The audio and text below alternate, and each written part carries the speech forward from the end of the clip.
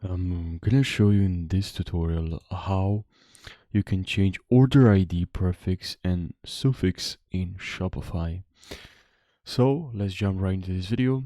So here we can see order ID. You can write order ID, or if you want to open this much faster, press on your keyboard Ctrl+K.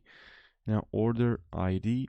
Now click on the first result, standards and formats.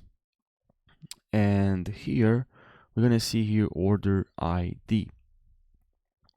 And what this means is basically you can imagine each order in your Shopify store as a unique box with a special code on it. This code called the order ID is like you can say is like a fingerprint for an order for that order, and it really helps find the box easily whenever you need to check what's inside and where it is. What's inside means the product, customer details, and where it is the processing, the shipping, or if something that needs to be changed like refund or exchange. So by default this code starts with what is called a hash and have numbers that go up to 1, as you can see, 2 3 1 0 0 1 1 0 0 2 1 0 0 3, and you can even add letters before prefix or suffix a number to make them easier to organize, like adding store 1 to an ID if you have multiple stores.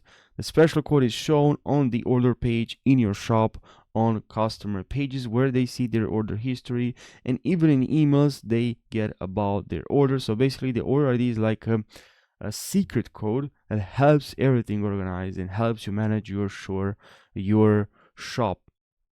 Now we click on here, we can see orders. Click on orders, and from here in this dashboard you will be able to see all your orders. All right, so I hope you found this explanation helpful, and make sure when you test your website, when you customize your website, you actually duplicate your website first. You duplicate, click on duplicate, and then you publish this one. Actually you unpublish, and then you can publish this copy of your theme.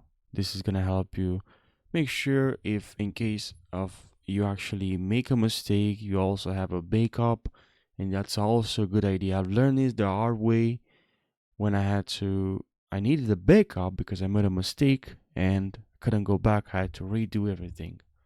So I hope this quick tip will really help you in your journey. Now, quick advice. Now, your goal here, I suppose, I can assume surely that your goal is to improve your website, to make your website look good. Now, in order to make your website look professional and just to improve your overall your Shopify shop business website design, is to use high quality images. Investing in actually your time looking for the best photos to showcase your product in the best light can significantly improve click-through rates and sales. So please take my advice into your consideration, because once you have a good light, a good product, a good looking product to showcase in your products, this can lead to more sales, more click-through rate, and potentially, as I said, more sales. But make sure you're doing that. So another thing I found very interesting is that a lot of people use their phones more than their computers to search, to browse through a website. So make sure your website looks good on phone as well. That's so important. You can have a very good looking website on your computer, but then when you search on your phone, you access your website to your phone, it looks really messy. The design changes the mood, changes the look instantly. So make sure you work on that as well. If you have any questions related to Shopify, let me know in the comment section. I'll create a tutorial for you.